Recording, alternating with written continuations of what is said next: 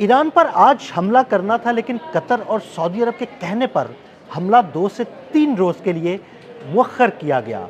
अगर ईरान से मुआहिदा ना हुआ तो 2 से 3 रोज़ बाद खौफनाक और ताबड़तोड़ हमला किया जाएगा।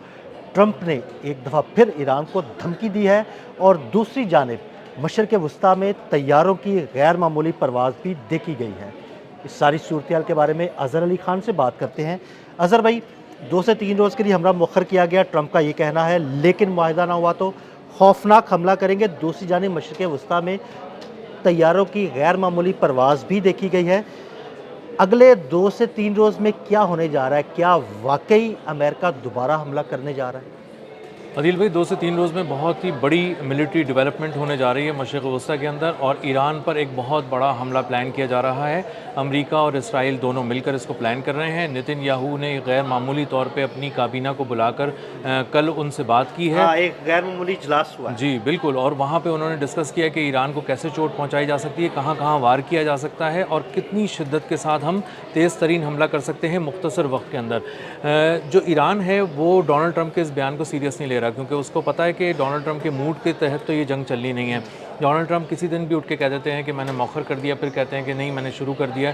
तो ईरान की जो तैयारियां हैं वो बहुत ज़्यादा गैर मामूली नौइयत की हैं, और उन्हें अंदाज़ा है कि डोनाल्ड ट्रंप किसी भी वक्त अपनी फ़ौज को यहाँ पे उतार सकते हैं। अब इससे जुड़ी जो बहुत ही अहम डेवलपमेंट है, जो असल में इनके बयान पे भी गालिब आ जाती है डोनाल्ड ट्रंप के, वो ये है कि वो कुछ भी कहते रहें अपनी ज़बान से, लेकिन वो कर क्या रहे हैं? वो कर ये रहे हैं कि जर्मनी से अपना तमाम फ़ौजी साजो सामान, इंतहाई भारी मिलिट्री मूवमेंट जर्मनी से कर रहे हैं तेल अवीव की तरफ, यानी यानी इसराइल को तैयार कर रहे हैं, स्ट्रेंथन कर रहे हैं, मजबूत कर रहे हैं, ताकि ईरान पर हमला किया जाए 2-3 तरफ से। एक तो अमेरिका जहां से सोचता है वहां से करे, दूसरा उर्दून की ज़मीन पे उन्होंने अपने थार्ड और पैट्रियट सिस्टम वहाँ पे पहुँचा दिए हैं। बिल्कुल। और F-16 भी वहाँ पे तैनात कर दिए उन्होंने, अलर्ट है वहाँ पे, तो ये उर्दून की तरफ से भी हमला कर सकते हैं। जो बैन गोरियन एयरपोर्ट है तेल अवीव का इसराइल में, वो अब जो पैसेंजर प्लेन है वो तो वहाँ पे गायब ही हो गए हैं, और सारे मिलिट्री प्लेन्स खड़े हुए हैं, रिफ्यूलिंग टैंकर्स खड़े हुए हैं, C-17 खड़े हुए हैं, अमेरिका के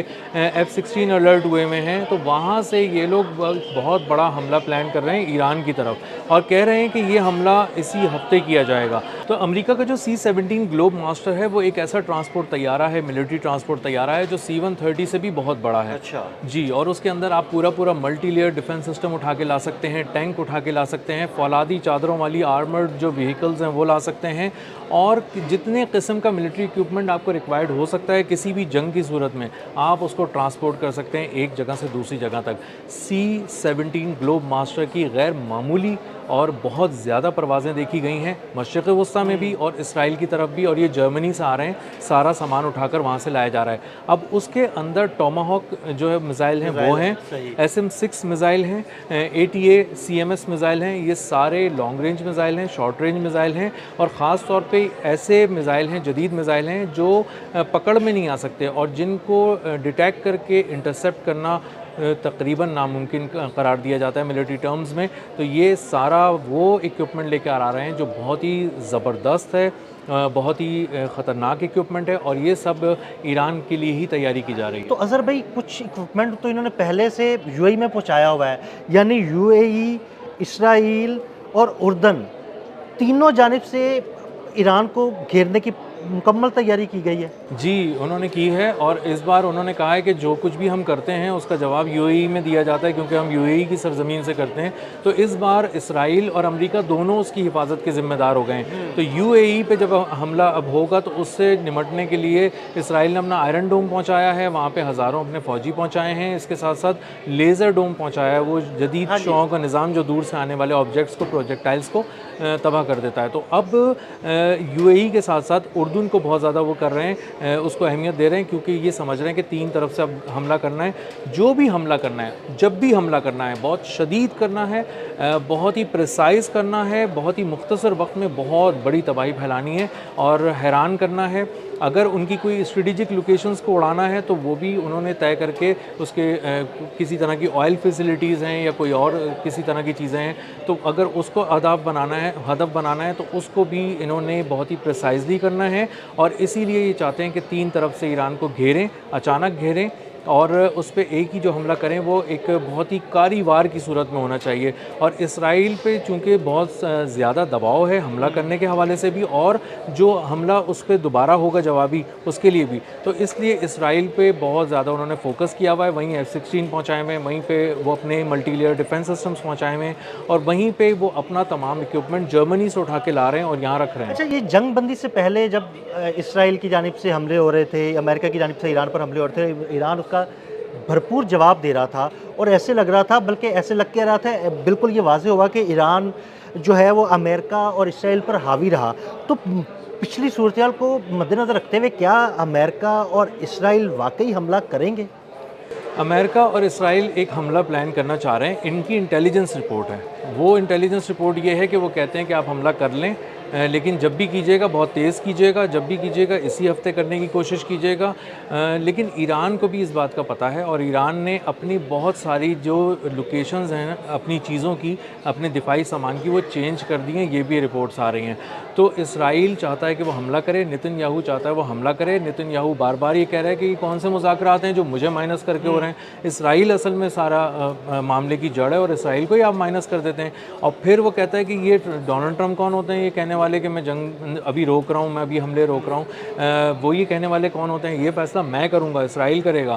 تو اسرائیل کے آنکھوں میں اس وقت خون اترا ہوا ہے اور سر پہ اس کے خون سوار ہے، اور وہ چاہتا ہے کہ اگر امریکہ نہ بھی اس میں کوئی کام کرے تو وہ امریکہ کا نام ہی استعمال کرتے ہوئے، اس کے اثاثے استعمال کرتے ہوئے ملٹری، وہ جا کے ایران پہ حملہ کرے. لیکن اسی لیے وہ امریکہ کو بھی اس میں لیکن گھسیٹ کے اگر لانا چاہ رہا ہے. اسرائیل نے حملہ کیا، دوبارہ حملہ کیا، تو ایران کی جانب سے کیے گئے جوابی حملوں میں اسرائیل باقی بچے گا کہ نہیں بچے گا؟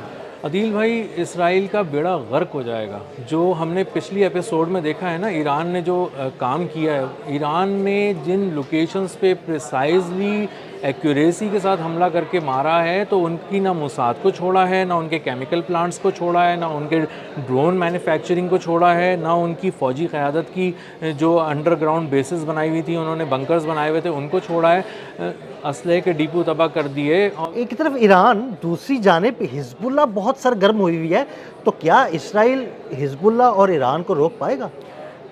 حزب اللہ نے پچھلے 4-5 دن کے دوران کچھ ایسی حکمت عملی اپنائی ہے جس نے ختم کر دیا ہے پورے اسرائیل کو. اور اسرائیل جو بہت ہی وحشی ایک درندے کی طرح بڑھتا چلا جا رہا تھا، رونتا چلا جا رہا تھا، اس کو بریک لگ گیا ہے. انٹرنیشنل رپورٹس ہیں کہ 80% تک حملے اسرائیل کے لبنان میں رک چکے ہیں، کیونکہ انہوں نے ایک FPV ڈرون کے ذریعے بہت ہی زبردست حکمت عملی کے ذریعے انہوں نے وہاں پہ حملے کرنے شروع کیے. یہ باتیں میں نے سنی ہے، اور اس بارے میں آپ سے الگ سے بات بھی کروں گا. جی. تو جب ان کی حکمت عملی تبدیل ہوئی ہے، تو لبنان کے اندر اب پچھلے 5 روز کے دوران اسرائیل کو غیر معمولی شکست کا سامنا ہے.